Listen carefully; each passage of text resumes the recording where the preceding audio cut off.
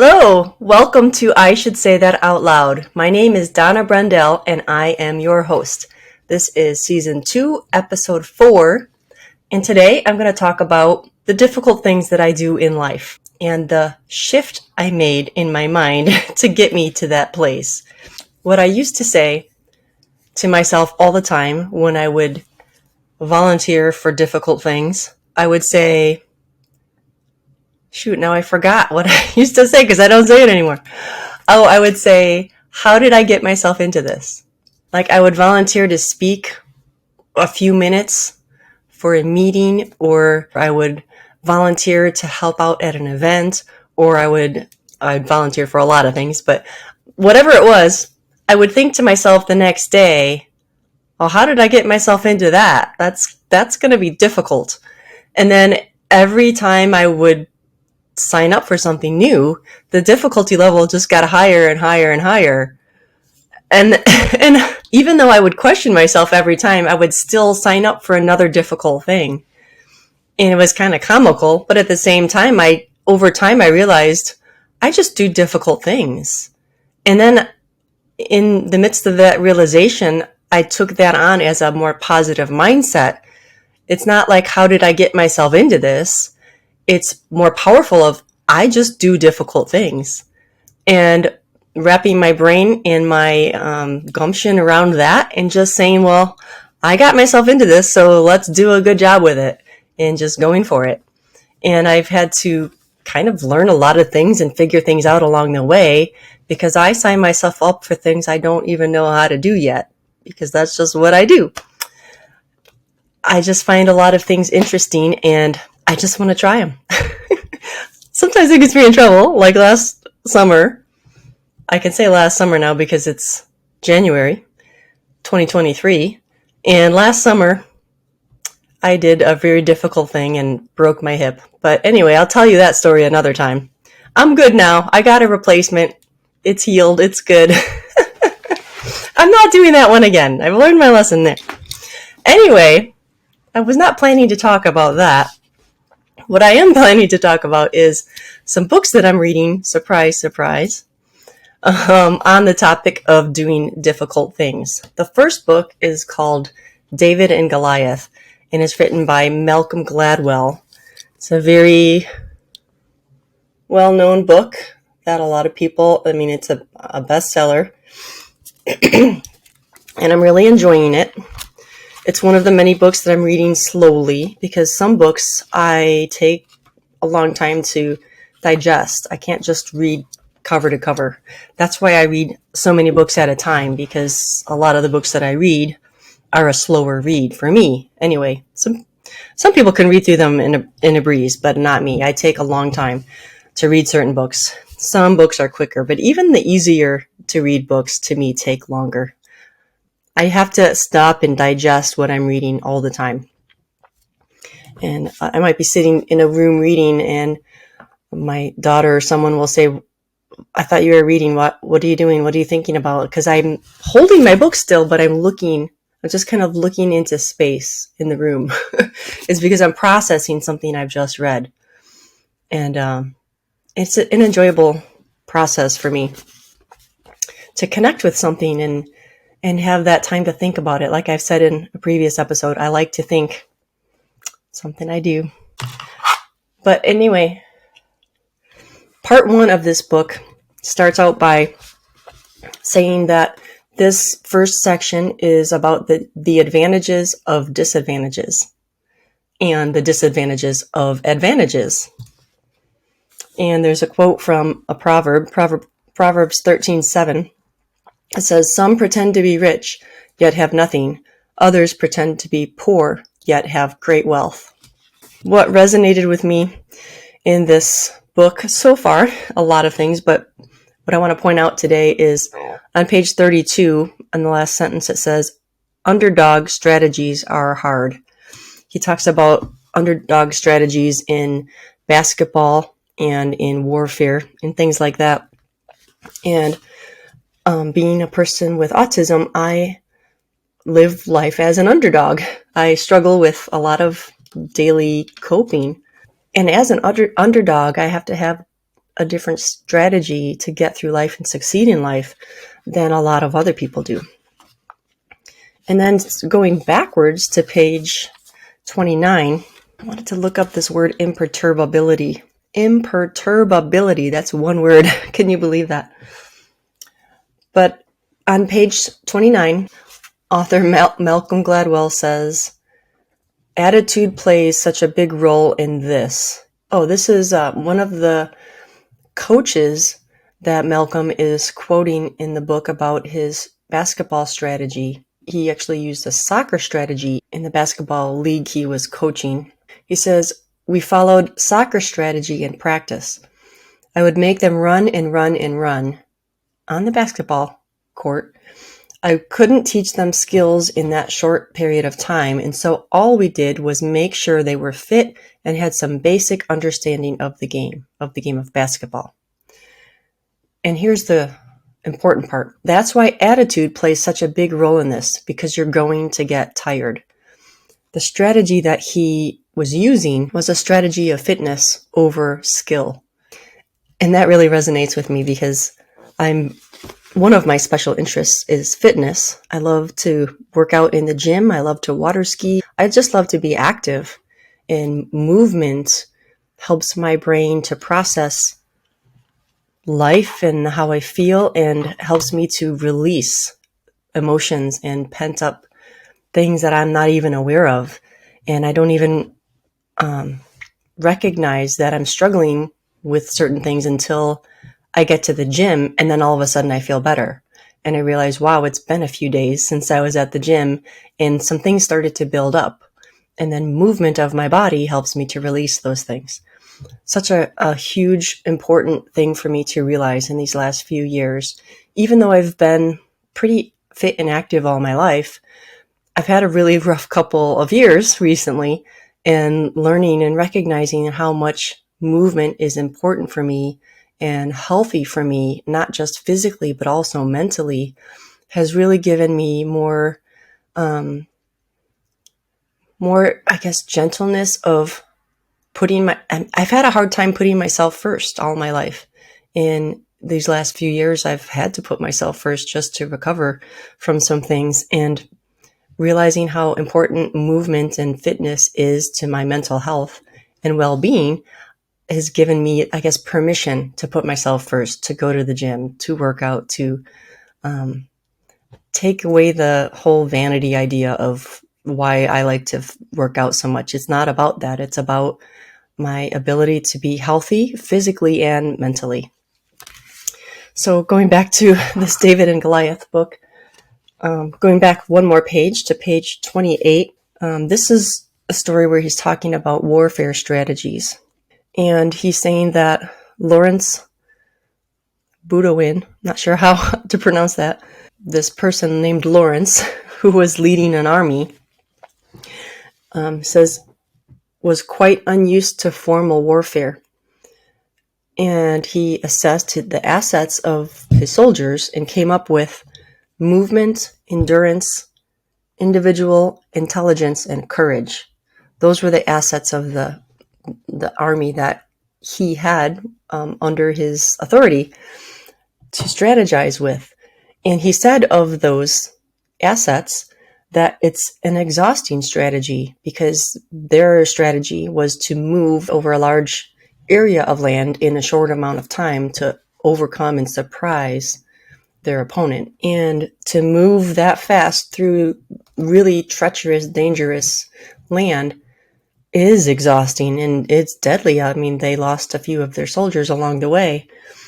And being an underdog is exhausting to begin with, but then using a strategy as an underdog to overcome and to compete and to succeed in life just is exhausting, because it's always an uphill battle. It's always a harder strategy than someone who's not the underdog. So I really resonated with that. And then I started reading this book called Rising Above a Toxic Workplace by, there's a lot of authors, Gary Chapman, Paul White, and Harold Myra. This is what this book looks like. And again, it talks about how life is difficult.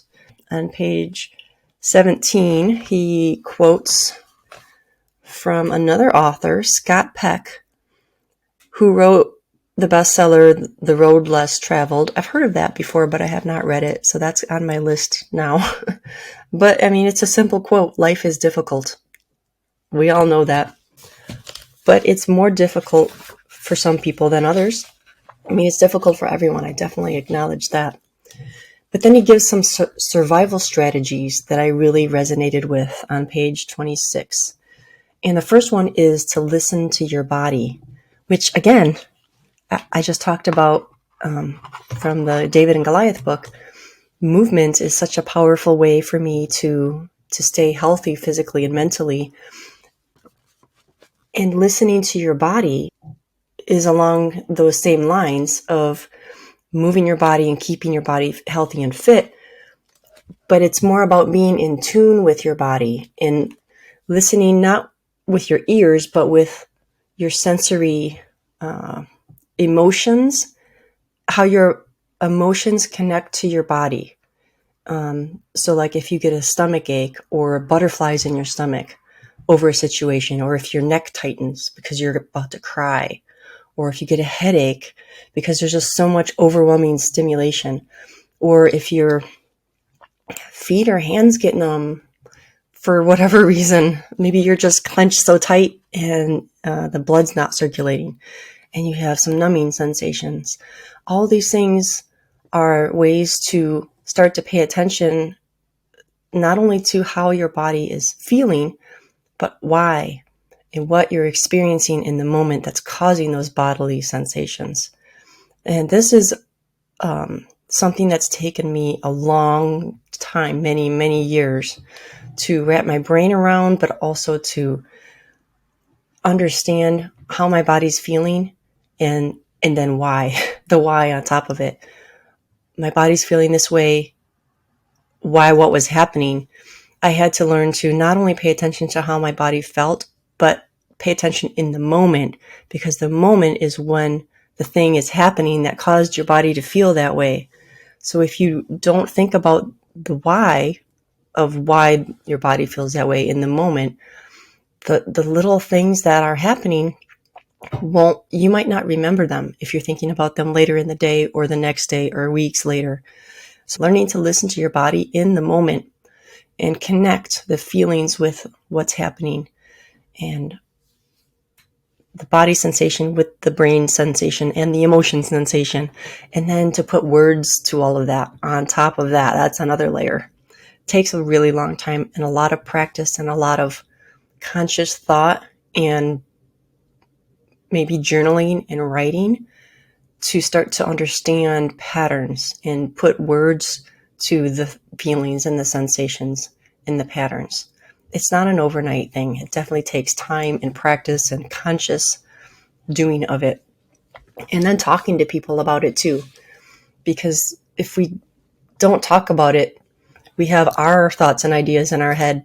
But when you bounce those ideas off of someone else, they can help you with the formation of the words that connect to the feelings.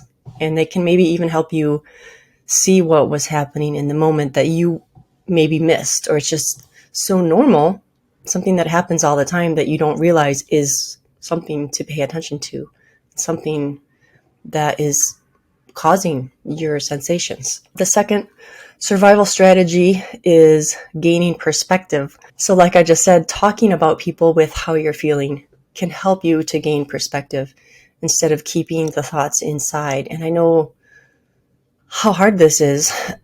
My quote up there, I should say that out loud. I have all these thoughts and I have kept them in my head for so long, and I wouldn't get any perspective of other people to help me figure things out.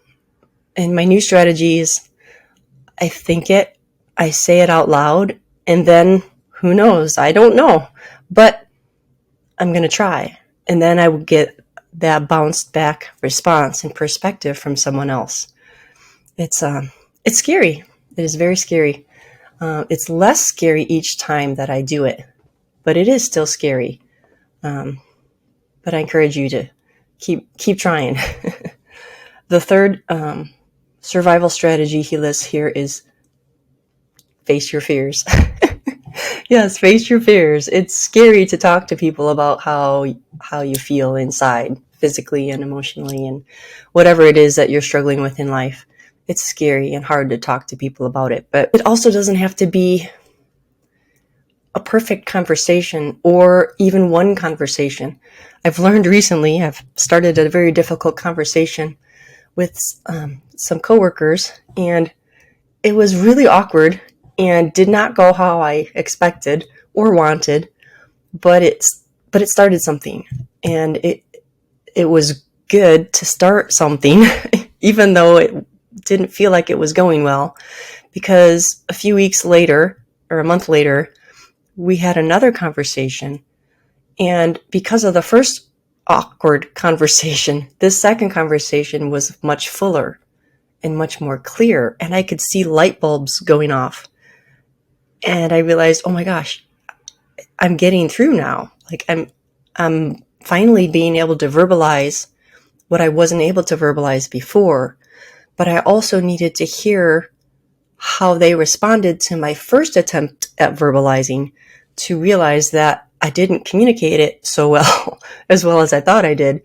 And I needed to clarify some things and just say more words to get my feelings across. And it worked. And it's not perfect yet, but I can tell now that the conversation is in motion and that there will be more conversation and that it's only going to get better. It's an unmarked journey. It's a week or two ago, I talked about expecting surprises. I expect surprises now as this conversation continues.